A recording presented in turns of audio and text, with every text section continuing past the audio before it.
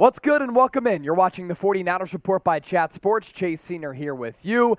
NFL Week 4 almost in the books, but of course San Francisco taking on the Los Angeles Rams on Monday Night Football. That will recap what has been a really crazy week. We're going to recap that, give you a 49ers injury report. Also on today's show, have to hit on this little bit of drama between Jimmy Garoppolo and Kyle Shanahan. Do want to start off with this, of course, this pertinent news going into this Monday Night Football game with San Francisco at 1-2 going up against the rival Los Angeles Rams. Obviously, Kyle Shanahan in years prior has owned Sean McVay, but with the Niners where they are right now, with those losses to the Bears and Broncos looking even worse with both of those teams going down this week, health is of the utmost concern for San Francisco. So let's get to the injury report here. These players are going to be out against Los Angeles on Monday night. Azeez Al-Shaair, as we know, like we covered last week, going to be out for this game and several weeks because of that knee injury. He's kind of on that timeline of Elijah Mitchell. Ty Davis-Price still out with that high ankle sprain. Tyler Kroft going to miss this football game. A surprising addition to the injury report is Tarvarius Moore, who is questionable / out with a hamstring injury, and then Trent Williams going to be out because of that ankle injury. He did say to reporters late this week that he is going to be back in no time, and he expects to be back at some point soon, but we know with those high ankle sprains, especially when you're a mauler and you're as big of a dude as Trent Williams, those injuries can span between about 4 and 8 weeks. Now, if the Niners are without the best left tackle in all of football for 8 weeks, that's obviously a lot more sizable and a lot more impactful as compared to him just missing a month, but something to, of course, monitor there. As for some Niners who are doubtful and questionable, Danny Gray, doubtful because of a hip injury, so you lose a vertical element to your pass game without him, but that gives you the importance of Ray McLeod being a part of this offense as he continues to really impress as a pass catcher.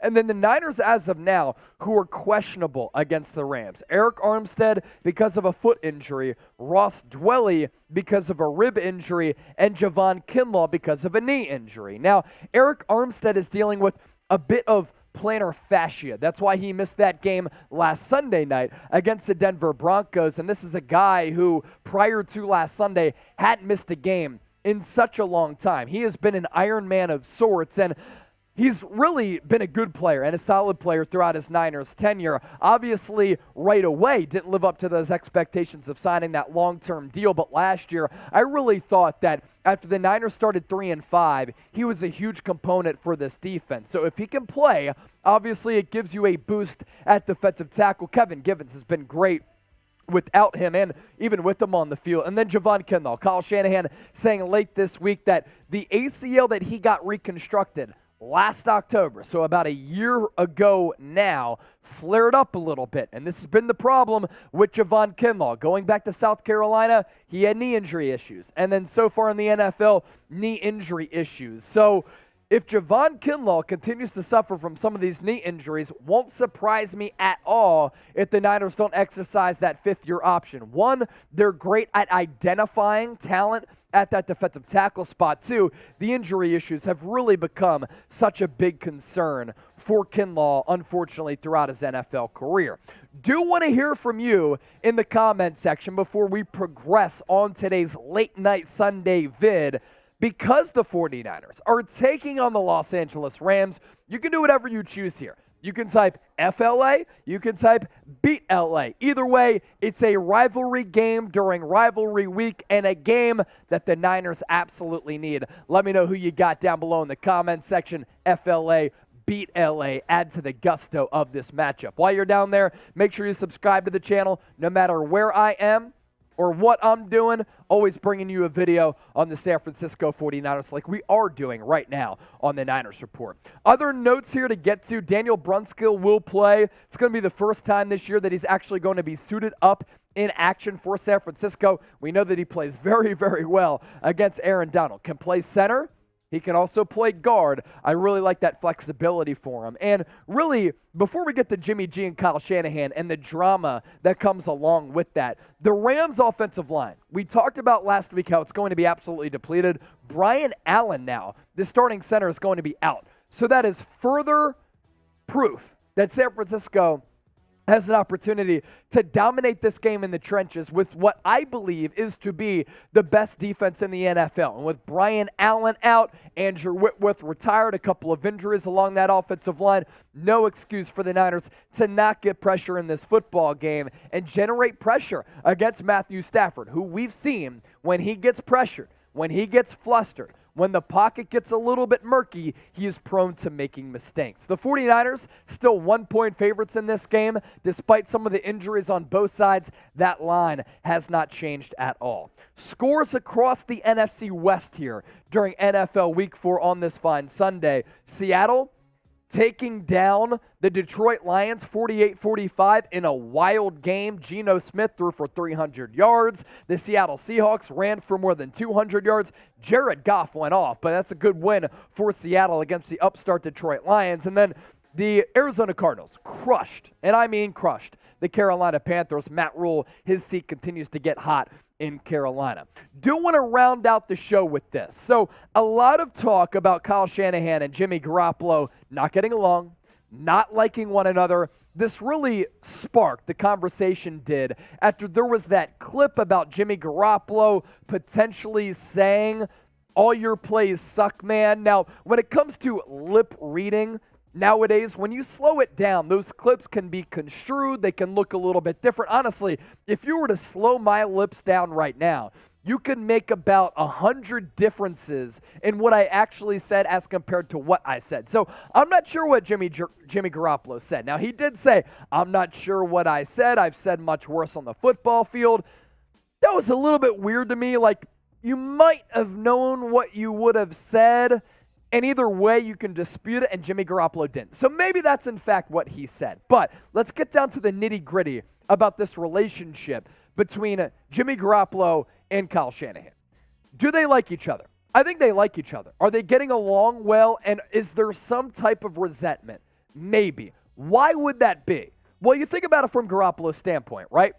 Jimmy G was acquired back in 2017. Kyle Shanahan takes over as the head coach. He ends that season very strong, and all the hopes are really high. And then he tears his ACL early in that next year, and then has a couple of really good years. 2020, he was injured. But look, you make the Super Bowl in 2019. In 2021, he helps lead the Niners to the NFC Championship game. But before last year, Kyle Shanahan and the Niners looked to replace him. There were opportunities to maybe trade for Kirk Cousins, sign Tom Brady, maybe trade for Aaron Rodgers. They didn't make those moves. They still tried to replace him with Trey Lance.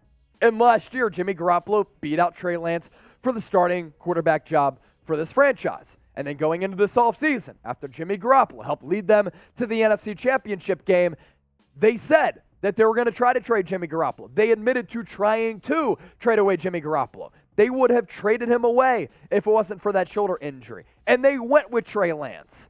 Then he gets a little bit rocky in that preseason game against the Houston Texans. They bring Jimmy Garoppolo back. On that restructured deal, by the way, he ends up being the backup, now the starter. Now, his contract gets restructured. He looks at a situation in which the Niners tried to replace him on multiple occasions. Human nature shows you, right, that if your employer tried to replace you, you would probably have some differences. You would probably have some resentment and ill feelings toward that general manager, toward that boss. In football terms, John Lynch, who's the general manager, and Kyle Shanahan, who's the head coach of this football team. At the same time, though, Jimmy Garoppolo's in the final year of his deal.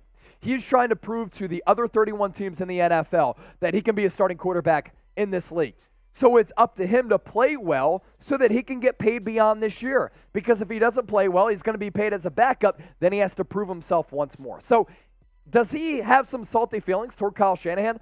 I wouldn't be surprised if that's the case. And Kyle Shanahan back to Jimmy Garoppolo because he looks at the film last week and says, look, I drew up all these shot plays for Deebo Samuel and Brandon Ayuk. I had Ayuk match up on a linebacker. Deebo on some of these long balls. You didn't hit him, or you didn't make the throw, or you didn't make the right read. So this little resentment between these two parties isn't surprising at all. If Jimmy G did, in fact, say during that Sunday night game, your plays suck, man, well, Kyle Shanahan probably says back, do they suck? Yeah, I didn't have my best game, but also at the same time, I drew guys open for you to hit, and you didn't make those hits. So We'll see what happens when you start 1-2 and you outplay your opponents in all 3 games, yet you still have 1 win, and you lost to the awful Chicago Bears and the joke of a team and coach in Nathaniel Hackett that is the Denver Broncos, as you heard me say after that game on Sunday Night Football. Then drama is going to come from all directions. That's what the Niners are dealing with right now.